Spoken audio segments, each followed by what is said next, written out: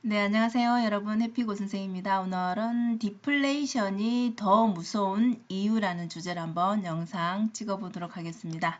네, 이 영상은 경제 용어 시간이고요. 고명환 작가님의 고전이 답했다 마땅히 가져야 할 부에 대하여라는 책에 나오는 부록에 있는 부분입니다. 자, 우선 인플레이션과 디플레이션 우리 용어를 한번 보면 통화량과 화폐 가치를 비교할 수 있는데요. 그러면 인플레이션은 뭐고 디플레이션이 뭔지를 일단 알아야 되겠죠. 그죠?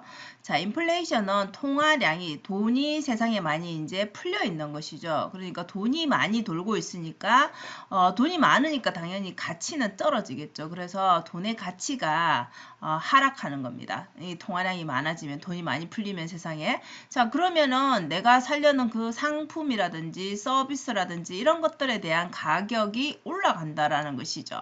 자, 그러면 우리가 물가가 올라간다, 내려간다, 지금 돈의 가치가 있다, 없다 이런 말들을 많이 사용하죠. 자, 인플레이션이 이렇게 이 돈의 가치가 화폐의 가치가 하락돼서 서비스 가격이 올라가는 것이라면 반대되는 디플레이션은 그러면 좋은 것이냐? 자, 이거는 반대니까 상품하고 서비스 가격이 이때는 상승이니까 디플레이션은 하락이라는 거죠.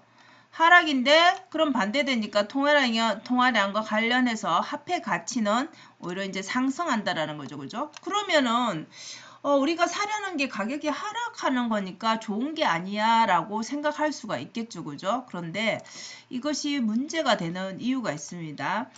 자, 우리 디플레이션은 이제 우리가 경제가 돌아가야 되는데 이 디플레이션이 문제가 되는 게 가격이 아까 떨어지면 내가 싼 가격에 살 수 있으니까 좋다라고 생각을 할 수 있지만 우리가 만약에 부동산이라 치면 내가 살 집을 내 아파트를 구매를 할 건데 뭔가 분위기가 떨어질 것 같다. 집값이 계속 그러면은 지금 당장 급하게 집을 살 필요가 없는 사람 같으면 내가 이거 좀 살 거를 좀 상황을 봐가면서 해야 되겠다라는 마음이 들겠죠. 그러면 나 혼자뿐만 아니라 주변에 그런 사람들이 많겠죠. 그래서 지금 분위기가 더 떨어질 것 같아라고 예측을 한다라는 것이죠. 사람들은. 자, 그러니까 어때요? 돈을 쓰지 않고 기다리게 되겠죠.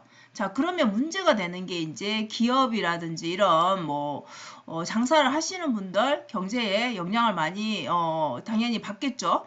그러면 우리가 뭔가 이 부동산이 그렇듯이 뭐 서비스든 뭐 물건이든 간에 뭔가 자꾸 이게 돌아가야지. 생산하고 또 판매되고 다시 또 만들고 이게 돌아가야 되는데 판매 자체가 원활하게 이루어지지 않으니까 당연히 많이 생산량을 늘려서 많이 만들 필요가 없는 것이죠. 안 나가니까 그죠 물건이. 그래서 결국은 투자로 이어집니다. 이 투자 자체도 이제 더 늘릴 수가 없고 오히려 더 축소를 시켜야 되는 거죠. 돈이 안 돌아가기 때문에. 그래서 문제가 되는 것은 내 자본이 많으면 크게 이렇게 어려운 상황이 왔을 때 불경기가 왔을 때 문제가 되지 않을 수도 있겠지만 자기 자본이 없는 사람은 당연히 이게 직격탄을 맞겠죠. 그죠? 그래서 견디다 못해서 결국은 폐업을 할 수도 있다라는 것이죠. 자, 이게 계속 돌아가면 악순환이 되면은 결국은 경제 자체가 멈출 수밖에 없다라는 것이죠. 그래서 경제 대공황이라고 표현을 하죠. 그래서 이렇게 디플레이션이 무서운 게 이렇게 경제가 우리가 뭐 신근경색 이런 말 하잖아요. 그죠? 이런 경색 이러는 자금줄이 이렇게 원활하게 돌지 않는 피가 돌지 않듯이 이런 문제가 생길 수 있다라는 것이죠. 그래서 일본을 많이 예를 들어서 말하죠. 우리 이 경제책들을 읽어보면은 이 일본이 30년간 디플레이션을 겪었던 그 시대를 예를 들면서 잃어버린 30년이라는 표현을 많이 쓰거든요. 그래서 우리가 그런 것들을 보게 되면은 이제 학습을 할 수가 있는 거죠. 이렇게 되면 문제가 되는구나. 그렇게 되지 않기 위해서는 이렇게 해야 되겠다라는 그런 대책을 세우겠죠. 그래서 우리는 다른 사람의 그 경험을 보고 이 학습이 됩니다. 그래서 사실은 인플레이션, 디플레이션 이게 적절하게 당연히 유지가 되면 좋겠지만 우리가 살아가는 그런 세상에서는 이게 딱 내 마음대로 되지가 않죠. 그래서 오히려 인플레이션보다 디플레이션이 오히려 더 공포스러울 수 있다는 거죠. 앞서 말한 것처럼 경제 대 공황이 올 수 있다라는 것이죠. 그래서 이렇게 되지 않기 위해서 계속 물가라든지 이런 것들을 우리가 지켜보면서 그죠? 이 금리라든지 이런 것을 계속 지켜보면서 이 조절을 해 나가는 것이죠. 그리고 사람의 심리도 되게 많이 작용을 하겠죠. 자, 그래서 이 인플레이션은 우리가 앞에서 말한 것처럼 가격을 상승시킨다 했잖아요. 그죠? 그래서 이 인플레이션 상태가 지속되면은 이제 조치를 취해야 되잖아요. 그래서 중앙은행에서 세상에 돈이 많이 풀린 상태가 인플레이션이니까 돈을 좀 걷어들여야 되잖아요. 그죠? 너무 많이 풀려가 있으니까 세상에. 자, 이거를 조치하기 위해서는 이제 금리를 올려버립니다. 금리를 인상하면 우리가 돈을 빌리고 싶어도 금리가 너무 높으니까 내가 다음에 해야 되겠다. 아니면 지금은 뭐 적게 빌린다든지 뭔가 조치를 또 우리 가정에서 또 취하겠죠. 그죠?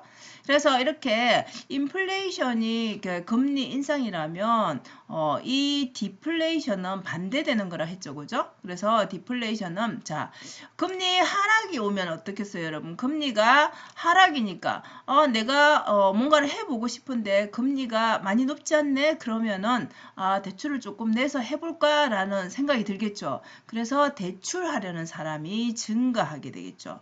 그래서 우리가 앞에서 말한 인플레이션하고 디플레이션을 또 봐야 되는 이유가 이렇게 금리와 연결이 되고 경제 상황을 우리가 파악하는데 당연히 필수이기 때문입니다. 그래서 금리와 세상의 이 돌아가는 경제가 돌아가는 방향을 우리가 예측하고 내가 지금 만약에 대출을 내야 되는 시기인가 아니면 내가 지금 기다려야 되는 시기인가 세상이 지금 불경기인가 뭐 이런 것들을 나름 물론 이제 돌아가는 거 보면 알 수는 있죠. 그죠? 근데 그것을 내 상황에 맞게 적용할 수가 있어야 되겠죠. 그래서 이런 것들을 보는데 필요한 경제 용어가 또 인플레이션, 디플레이션이라는 것이죠.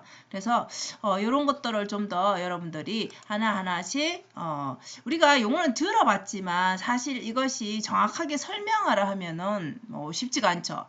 그거 아는데 이렇게 말하지만 막상 가격 상승이 어떻게 되고 그래서 이거는 금리 인상 조치를 하는지 아니면 이거는 뭐 화폐 가치가 떨어지는지 올라가는지 뭐 이런 것들로 용어들을 설명해 보라면 그게 또 쉽지가 않죠. 왜냐하면 우리가 그런 것을 모두가 다 전공해서 그 용어들을 매일 사용하고 실생활에 쓰는 게 아니기 때문에 그렇겠죠. 그래서 이렇게 이런 뭐 영상 아닌 책을 통해서 여러분들이 계속 이렇게 반복하셔야지 그냥 아무렇지도 않게 우리가 일상 용어 쓰듯이 그렇게 내 삶에 적용할 수 있지 않을까 싶습니다.